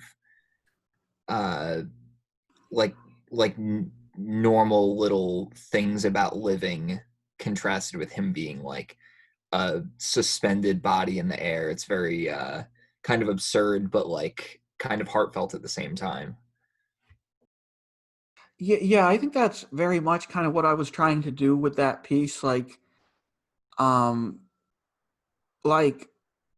capture like the absurdity of being alive and being like at first when you like come to try to come to terms with death, it's always like, oh my God, I'm going to die. It's this terrible, terrible thing. And then life just keeps going and going and going and going and going. And at the one hand, you're like, on the one hand, you're like constantly aware of how brief life is. But on the other hand, it becomes this kind of like endless slog. And that's kind of what I was trying to capture there. So I do think it's interesting of like, I mean, I'm assuming you're referring to the like famous photograph of Yeah. like the falling man. It is like I mean, people kind of wonder about who he was and everything, but I mean, I personally haven't ever heard like a, you know, personification of him. He's more of like a figurehead, like symbolic. So it is interesting to like think of him as like a, you know, first person perspective thing like that. yeah, we know so little about him. And I've read, you know, about the photograph, and people are like, they guess and they speculate about who he was.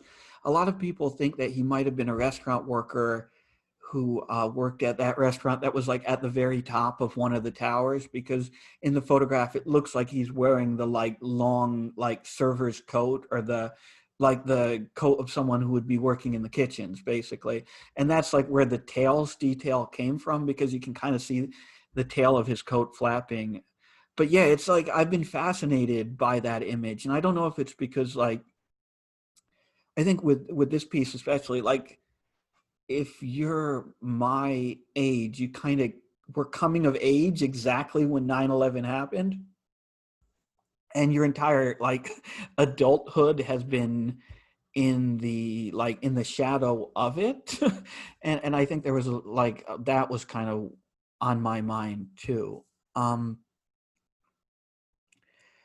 So yeah, anyway, we can do the open mic period now.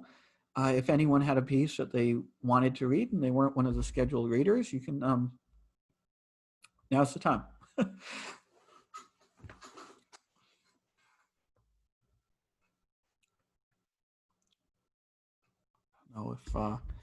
Don't know if anyone has a piece that they were hoping to read tonight. Oh, Alexandrine, sure, yeah. Oh, and Rudy, can you maybe track the chat to see if anyone else offers? Yep. Thanks. So, Alexandrine. So, hang on, I'm trying to. Sure. Jesus Christ. Yeah. Is it okay if I read like two super short things instead of one normal length thing? Oh yeah, absolutely, 100%. Okay. Together it's like 900 words. And these are not published anywhere. These are just fuck off things. This one I wrote today. It's called The Great Cancellation. The morning broke with a Twitter call-out canceling literary provocateurs, dog murderer books for perceived ties to right-wing sympathizers. And once the fuse was lit, that was the end of it. The cancellations started flying. Next, Extremely Fatal Car Crash Literary Magazine was accused of harassment, although several hours later, no screenshots materialized and people lost interest. There was a pseudonymous writer, Giant Brain Lord, who caught shit for writing a story about Armenian genocide, despite only being a quarter Armenian. The Big Dick Boys Club Collective was accused of misogyny, which was refuted by the claim that half of them were gay. Hitler Did Nothing Wrong Press got their own cancellation tweet, which everyone was okay with because they were peak cringe and one of the editors may have been a Republican. But the worst of it fell on 5911s, a blog press that was best known for the book Preparing the House Cat for Human Consumption, which was actually a sensitive meditation on loss, but the title of which nonetheless was just one in a salvo of unbacked up accusations thrown at them. For days, the tweets raged as supporters and detractors canceled each other for insufficient wokeness and blatant grifting. The editor-in-chief, Suzanne Attack Helicopter Leibowitz Mohammed, the pansexual, transsexual child of an Iraqi refugee and an anti-Zionist Israeli activist, was forced to speak at length in her own defense. She explained that she had been at Ground Zero on a Bring Your Child to Work day and had gotten out just before the second plane hit and was super traumatized by the whole thing and found that the only thing that helped was writing and publishing literature and art that was super fucked up. In fact, her therapist had encouraged this as an alternative to huffing paint thinner, a habit which had landed her in several mental wards. Unfortunately, none of this prevented her from being labeled problematic, which cut her follower count while driving book sales, so it sort of evened out. Nothing really happened after that because nobody actually cared. Suzanne bought a plane ticket. That was, I was bored at work today, and I remembered it was 9/11 and this was Misery Loves Tour. This was happening and I was just, remembered the phrase 5911s and it was like, oh, that's, yeah. That was fucking hilarious. I've spent too much time on Twitter, so too much of that hit like very close to home for me. I loved it. Yeah, the names were perfect. I'm glad. And okay, so here's another thing that's more my usual thing. This is something I actually want to publish. This is called Seeing Skrillex in Times Square. One time, Avery asked V to go see Skrillex with him in Times Square, and this was instantly suspect, of course, it being 2016 and no one giving a fuck about Skrillex anymore. But V was down because the ticket was free and he would do anything for Avery because he was in love with Avery, even though the feelings were unrequited. Of course, they had to pregame, and so V went up to Avery's place on the Upper West and watched him methodically alternate between shots of whiskey and Red Bull, his spectacles dangling precariously on the bridge of his nose, and V would marvel at how Avery insisted he wasn't gay, even though he lifted the glass to his lips like such a faggot. Sweet red lips and a beautiful, naturally slim yet gym-built frame, and maybe it wasn't that Avery wasn't gay, just that Avery was way out of his league. And when they got on the subway, they realized they both really wanted a cigarette, and V was willing to wait, but Avery wasn't, so they stood between the cars on the sort of full one train and each lit a square, laughing in the darkness as the train barreled through tunnels, their lives an inch from being extinguished because V was in love with Avery and would do anything for him. But then two cops saw them at the next stop and pulled them off and wrote them up citations on the platform just for riding between cars, not smoking, because they had thrown the butts out as soon as they glimpsed the boys in blue fly past. And V had a fantasy of pulling the Glock from the holster of the cop looking away from them and using it to blow away first that cop, then the one writing them up. Bullets tearing through their heads, splattering the platform with brain matter. And maybe that would endear him further to Avery because Avery was an anarchist with a big Antifa tattoo. And then maybe he could kill some yuppies on their way down to Brooklyn and a few tourists who were going to catch a showing of Phantom and eat at Guy's American Kitchen and Bar. The bullets ripping paper skin as real New Yorkers cheered him on, ecstatic at being liberated from the plague of transplants and fascist pigs and bloated Midwesterners, not knowing their liberator was a transplant and Midwesterner himself of Hoosier extraction. But it wouldn't matter because of how elated everyone would be, and Avery would bend down and suck his dick while the bullets flew across the platform and took out a couple commuting tech bros and some Chelsea faggots. Then the cop finished the citation, and V and Avery thanked them, and they went and saw Skrillex, who's actually pretty good live. And then they went to a gay bar and danced, but not too close, and Avery left early and told V that maybe he should find someone in there to fuck him, not in a mean way, but as a friendly suggestion to explore his sexuality, and it was meant with such kindness that it broke V's heart. Done. Oh, I love that one. I'm speechless because of the range of that piece. Like, it's oddly like sweet in spite of like details about like fantasizing about being shot to death by the cops or it's wild. I love that. Like just yeah just like it's almost indigestible because it goes because of the range on display there. It's I don't know, I really enjoyed it. Well, thank you. Yeah, it was kind of sort of part of a novelish thing that I'm working on, and I think I'm trying to write about fucked up shit without it being gratuitous. Right. And I'm having a hard time with that, and I'm also having a hard time with it like not necessarily being real. I guess I think what happened was I watched American Psycho one too many times. And that mixed with my own experiences in New York, and now I can't stop writing about this weird crap. So, no, but I think you pull off that balance, and I think especially like I think a lot of like gratuitousness in fiction comes from a lack of like self-awareness and a lack of complexity and ambiguity. And what I love about what the piece you just read is that everything is framed in like a really psychologically real way. So you understand why the narrator is thinking this way. It's not just like some like phantasmagoric shit where it's like one like awful upsetting image after another. It's like you go on like this journey through the author's consciousness, and you can see when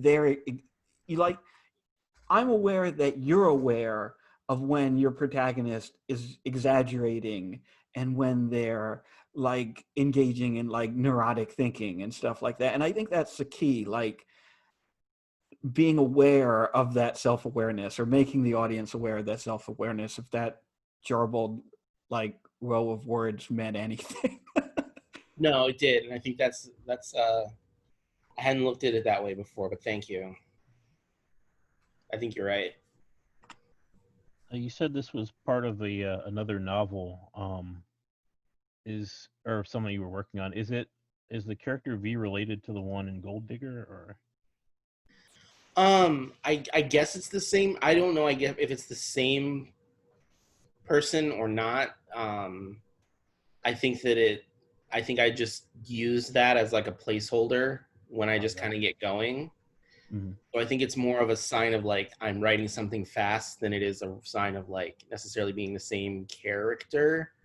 But I guess like maybe one day if I decide I could like the ending of this could be the beginning of Gold Digger or something. I don't know.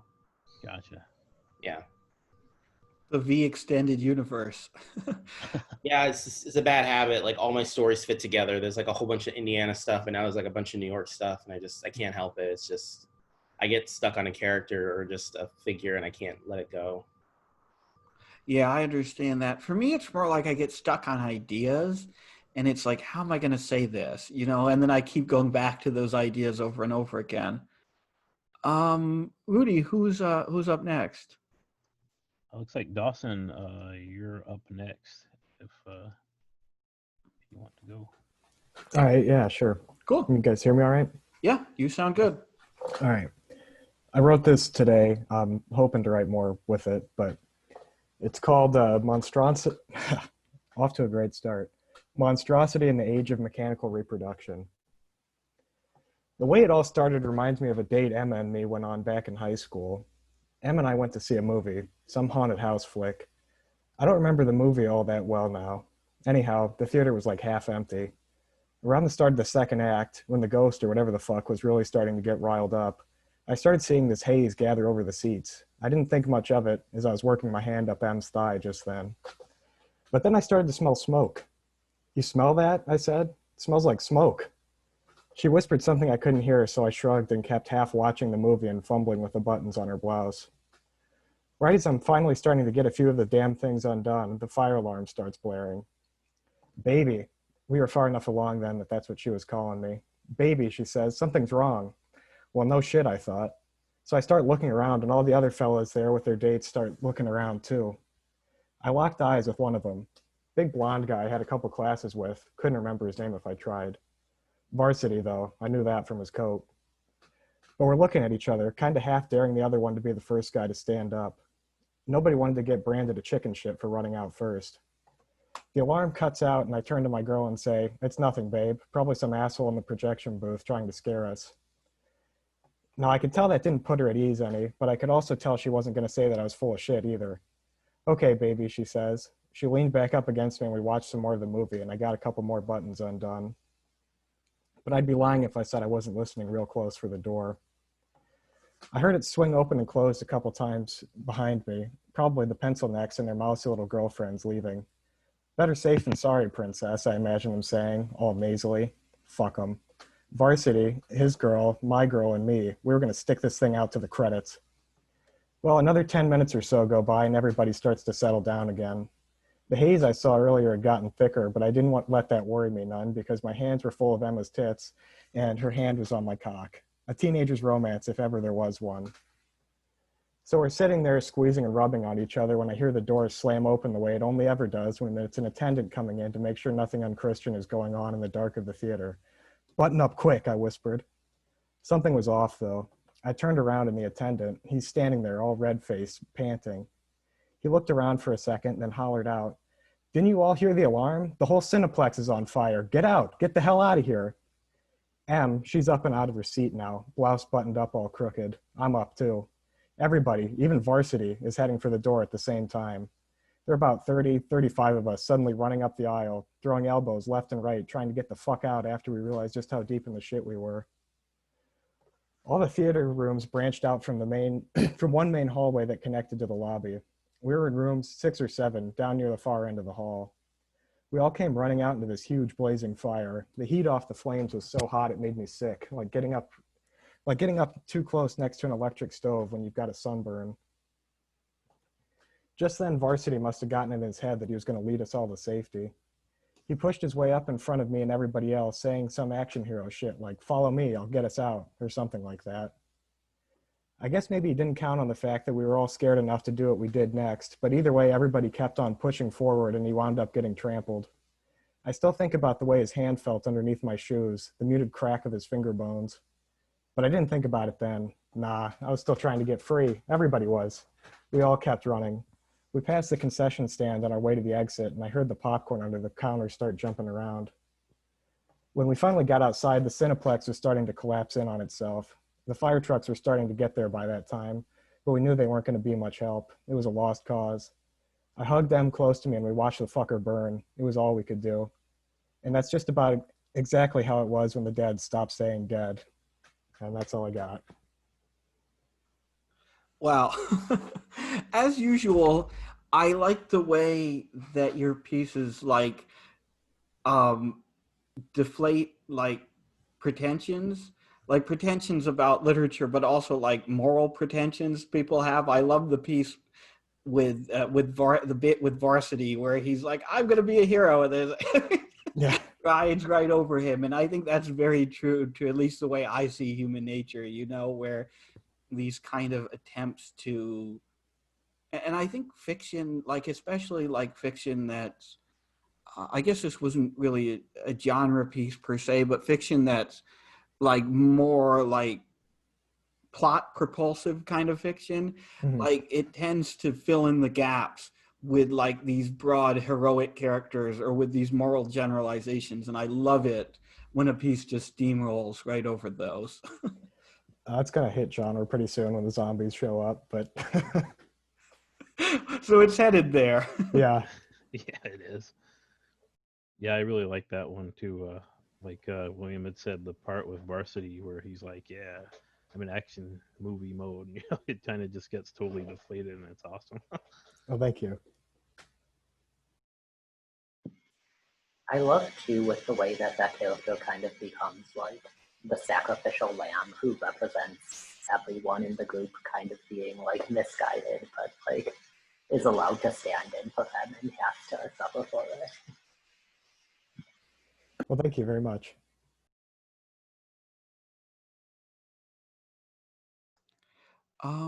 Rudy, has anyone else asked to read? Nope, I haven't seen anybody else on the list here, but please jump in if you want to.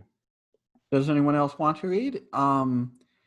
If so, just let me know. And if not, I'll end the recording here, but I'll keep the meeting open.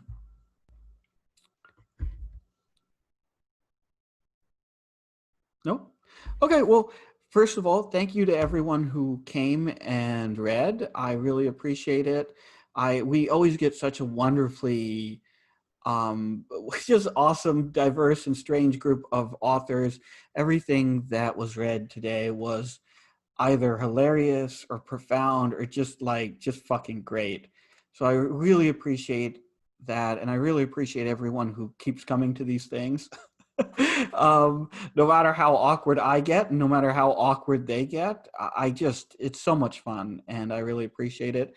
If you are, for some reason, watching the recording of this at home, maybe you should check out our Twitter feed and, try coming to one of these things yourself. As I said at the beginning, every Friday, 8 p.m. Eastern, 5 p.m. Pacific. Anyway, thank you guys. Thank you everyone for coming. And yeah,